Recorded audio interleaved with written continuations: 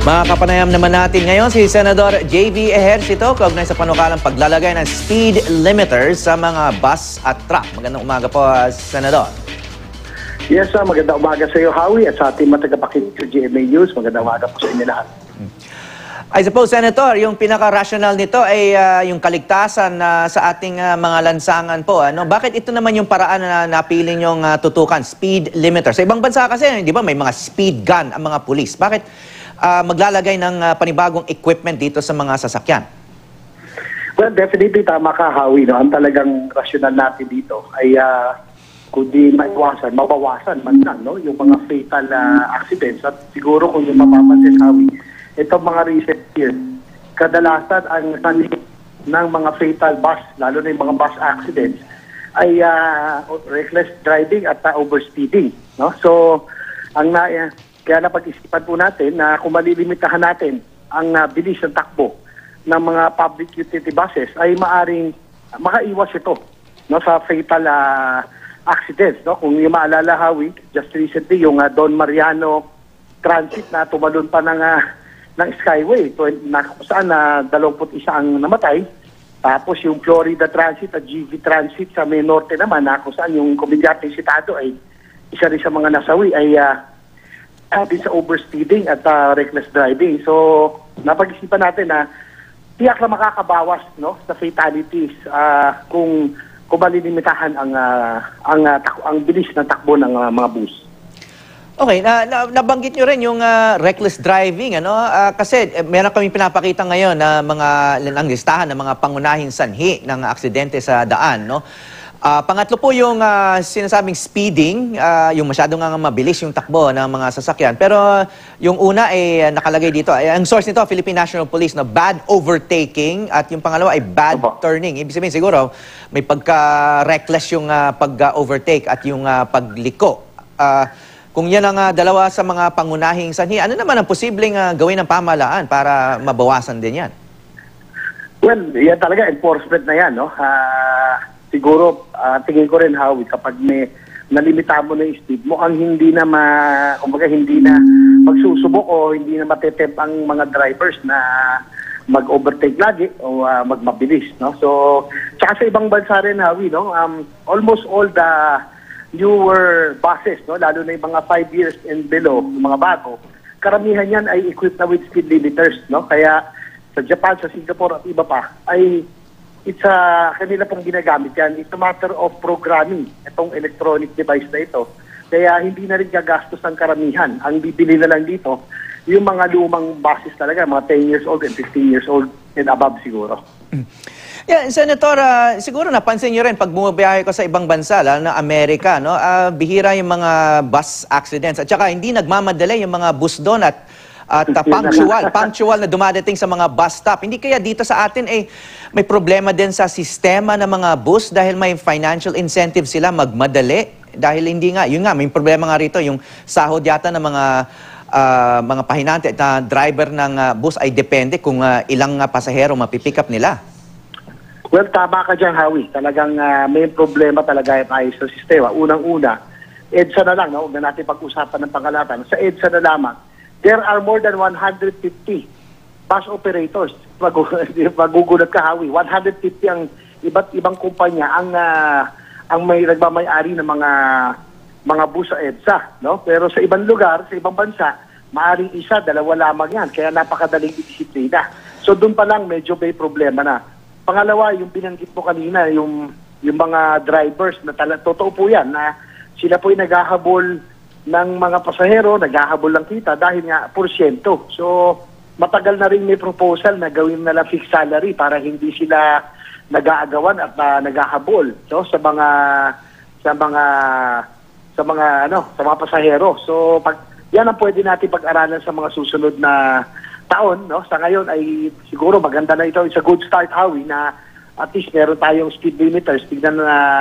Siguro tignan natin ang statistics later on kung talagang nag-improve ang road safety at yung iwasan ng fatalities sa mga road accident. At gusto rin natin ipaalala sa mga manonood na itong batas na ito, pag napirmahan nga ni Pangulong Aquino, ay mag-a-apply lamang sa mga bus at truck, no? Bakit sila lang? Marami naman ibang sasakyan na na-aksidente rin dahil sa speeding, lalo na yung mga kotseng mabibilis. Well, alam mo, Howie, kasi naisipan na rational yan because of the sheer size, no? Yung volume, yung laki ng mga bus, tapos marami pang pasero, tapos yung mga cargo trucks naman dahil sa kanyang laki, ay kapag ito'y nag-overspeeding at out of control, makakapinsala at delikado po yung mga buhay na maaring araruhin ito, no? Kapag ito'y na out of control. So, yun po ang dahilan kung bakit ang mga buses at public at mga cargo trucks muna ang ating sinama sa speed limiters din. Pero yung public utility vehicles tulad ng mga taxi at mga jeep ay sa dahilang very confined naman sa mga areas lang nila ay hindi naman niya nag-probinsya at nag-highway kaya ang tingin namin hindi naman siguro sila masyadong magmamabilis. Pero pag-aaralan niya after 1 year, Howie, kung may statistics na tumaas pa rin, mataas ang record ng aksidente ng mga public utility vehicles other than buses, then isasama din po natin siya later on sa amendment.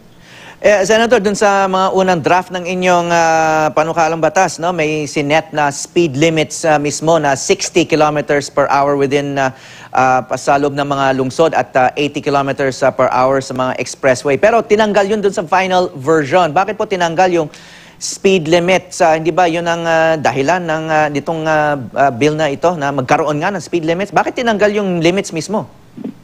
Well, tama ka, Howie, no? Napag-usapan kasi namin sa bicameral dahil sa Congress version wala akong speed limit. Pero napag-usapan namin ang hayaan na namin ng mga eksperto ang mag-determine kung ano ang speed limit na kanila pong isiset. No? Halimbawa, ang LTO, ang LTFRB, no? Mas alam nila kung ano ang tamang speed limit. Halimbawa, sa NLEX, SCTEX, at sa mga provincial highways. At may mga local ordinances din naman. At yun po ang susundin ng mga speed limiters. So, sa IRR po, ang mga ngasiwa po dyan ay LTO and LTFRB that would set the speed limit. Okay, itong speed limiters sa mga public buses at saka sa mga truck, ay sinubukan na rin ba to sa ibang bansa? At ano po yung naging experience nila? Ang alam ko, Howie, meron yan sa Japan, meron yan sa Singapore.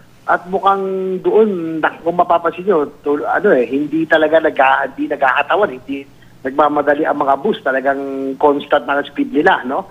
At sabi ko yung dito rin, Howie, yung Victory Liner, ang pagkakaalam ko, dahil yung mga bago na rin ng buses, ay sila po ay merong speed limiters, no? Sila yung pinaka-unang gumagamit ng speed limiters. So, hindi ito unang pagkakataon. Meron ng mga gumamit yan. At dito nga meron Victory Liner ay sila po ang unang gumamit ng speed limiters. Okay, kasi para sa karamihan ng mga tao, hindi pa nakakita ng speed limiter, no? Malaking pyesa ba yan? At meron na ba rito sa Pilipinas yan? Madali bang bilhin niya ng mga operator para ilagay na sa mga bus kapag pumasa na itong batas na to? Gaya na nabanggit ko, Howie, yung mga bagong buses, no? Yung mga 5 years and or the new ones, equipped na yan. Meron na ho yan karamihan ng speed limiters. Tapos doon naman sa mga 10 years and above, yung mga hindi pa equipped, pwede ho sila magpalagay. It ranges from $300 to $500 kung di ako nagkakamali. Sa Colombian Motors yata, sila isa sa mga nag-resource persons namin, sila po ay may capability maglagay ng speed limiter. So, may mga umaangal, sabi mahal daw, pero para sa akin, Howie, walang mahal kung buhay ng pasahero natin ang nakasalalay at buhay ng mga nasa paligid, dadaanan ng mga bus ang nakasalalay. Okay, so ang sinasabi niyo, mga bagong bus ay meron ng speed limiters na kasama doon sa bus pag binili. Hindi lang nakaset sa ngayon yung mga limits mismo. Yun ang sinasabi niyo. Malamang hindi lang nakaprogram yan. No? Hindi nakaprogram. No? So, dapat sa matter of programming, tapos siguro kinakailangan selyuhan din yan kaya para maiwasan ng tampering, no? At meron din karagdagang parusa pag tinamper, isususpend di kagad ang prangkisa o pwede pa ito makansela kung lagi nilang ginagawa. Pero sinabi niyo na may mga bus companies na voluntarily ay gumagamit na ng speed limiter sa mga biyahe nila. Ito, nabanggit niyo yung Victory Liner ba? Meron bang iba? Ang pagkakalam ko, nasa sa aming research, ang Victory Liner ay matagal na ho silang gumagamit ng speed limiters. Kaya siguro medyo sila kung tutuusin, mas bihira sila ma-involve sa mga aksidenteng malalaki, no? Kaya, kumbaga, meron na akong gumagamit ng may prueba na po dito. So, would you encourage other bus companies na unahan na yung batas for the sake of the public at sa kanilang mga pasahero? Maganda rin po yan. I would encourage them para siyempre saka mapanatag na rin ang loob ng mga pasahero nila at ng mga lahat ng dinadaanan nilang mga bayan ay maganda po sila na ang maging ang mag-initiate i-program na kaagad ang kanilang mga speed limiters, no? Para maging magandang halimbawa sa lahat ng mga iba't ibang bus operators. Okay, maraming salamat, Senador JV Ejercito.